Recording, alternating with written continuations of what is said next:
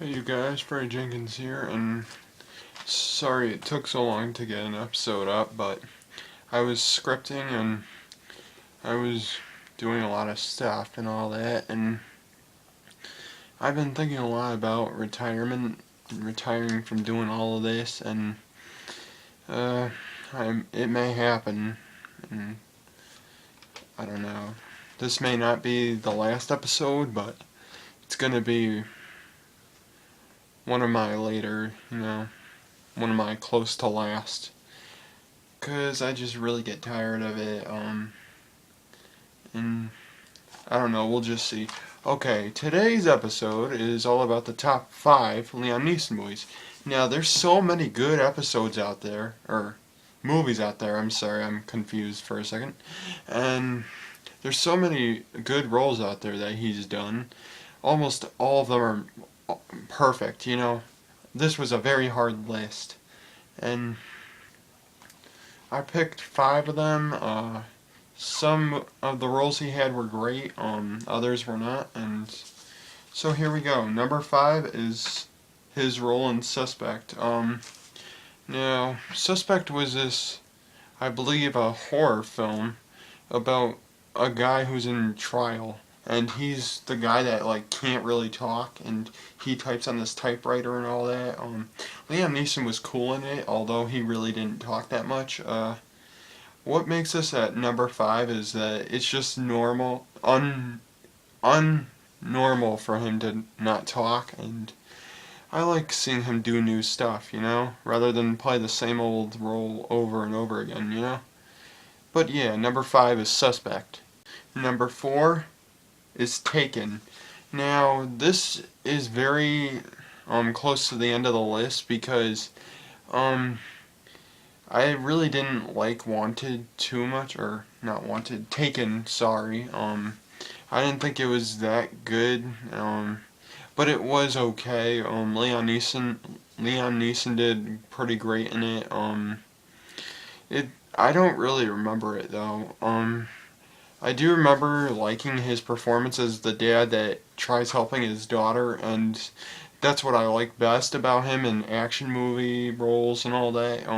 He does very good in all of them. What makes this at number 4 is that I really don't remember the roles, so I can't really raise it to a top 3.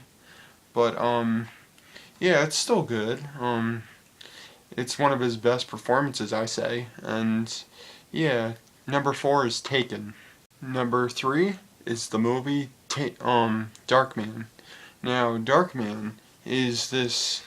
He plays this hero that's trying to get revenge of these criminals that burned his face because he's this, I forgot, scientist or something, and he's working with chemicals, and they dip his face in it, and they basically leave him to die in the burning building, but he makes it out, and it's unlike Liam Neeson playing such a vicious role.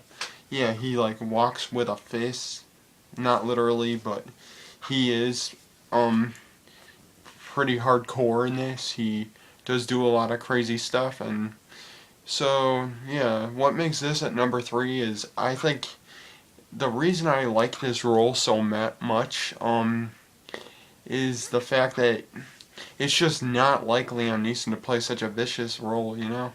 I mean, in Taken, he was sort of vicious, but I bet if those guys didn't do anything to his daughter but just had her, he probably would just beat him up, wouldn't kill him, just beat him up. And I like this role because he's just out there to kill everybody that did everything wrong to him. And yeah, so number 3 is Darkman. Number 2 is Star Wars The Phantom Menace. Now, I may get lots of hate for this, but I say the movie wasn't that bad. I mean, it was good. I liked it. Yeah, I always thought Liam Neeson did really well in this. He was the best part of it, I say. He actually makes you care for the character, and when he dies, spoiler alert, sorry I said this too late, but um, he dies, and you're like, ah, one of those. And so number two, what makes this come in at number two is just the way he acts as a Jedi. It really seems like he knows what he's doing, and he just has the charisma to be a true Jedi. And you're rooting for him the whole time. You really don't care for his apprentice, and I really didn't care for his apprentice, Ewan McGregor. But yeah, it was a good movie, I say. Only thing I hated about it was Jar Jar Binks. Yeah, he was annoying. Um, but yeah, other than that, Liam Neeson did pretty well in this. I liked the movie. So it comes in at number two, and yeah, so number two is Star Wars: The Phantom Menace. One is The Gray. Now, this really may not seem like a good film with him in it, but I liked it. There really isn't too much to it other than survival with Liam Neeson, and of course he is the last one. And yeah, come on, he's Liam Neeson. He survives a lot. And you root for him through the whole movie. You really don't care what happens to the other characters. It's new to see Liam Neeson go up against the wolf, and um, just the fact that he has a get strong attitude, and by that I mean he does want to die, but he says, "Oh, I must stay alive to save all these others."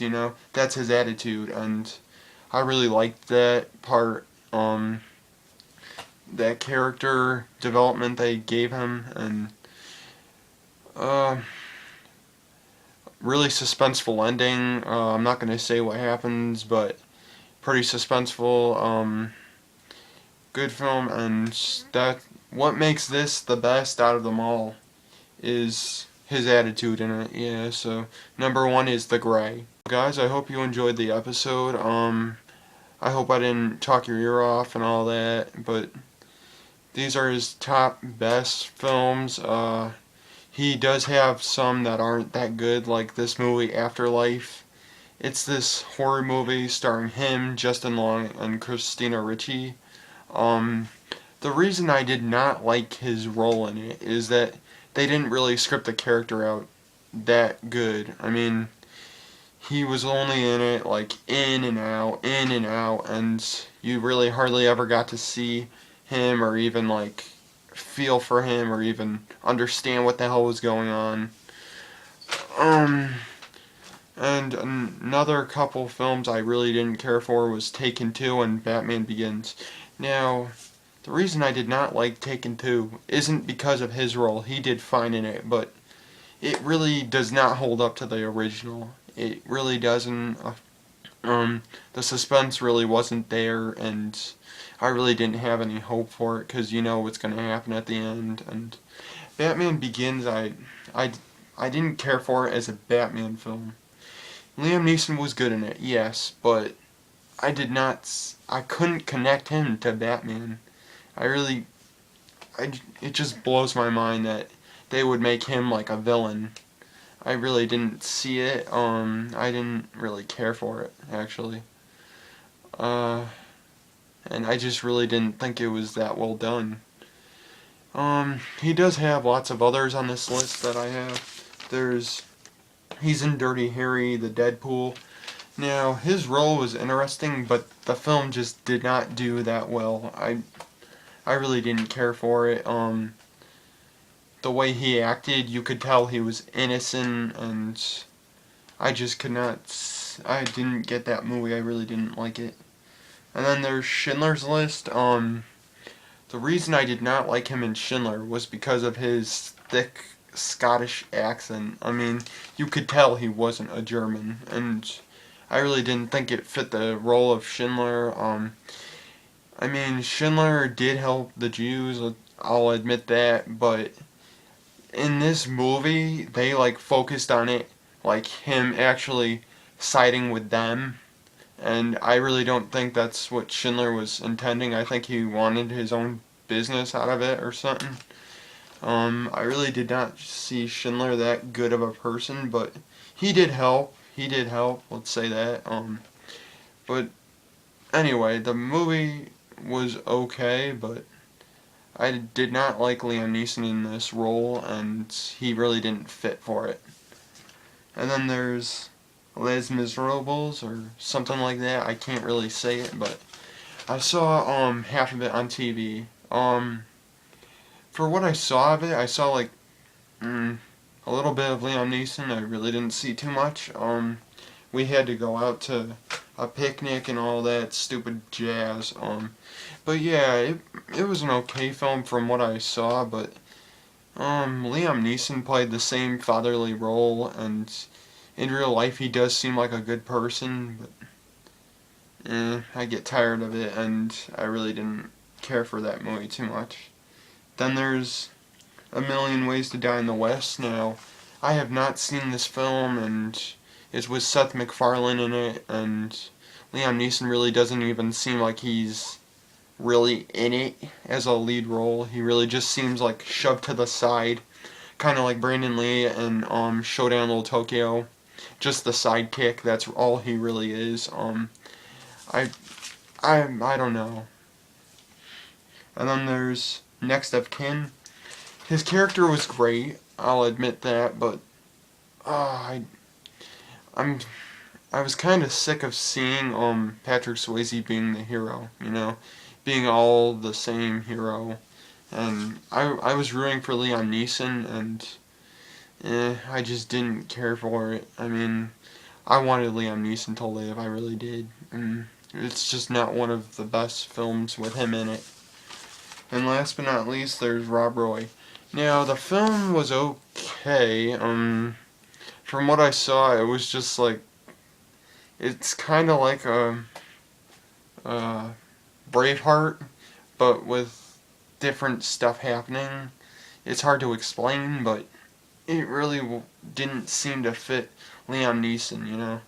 I mean, it just really wasn't him, and anyway, you guys, I hope you enjoyed this episode. I'm done talking now, and yeah, it took me a long while just to make this video.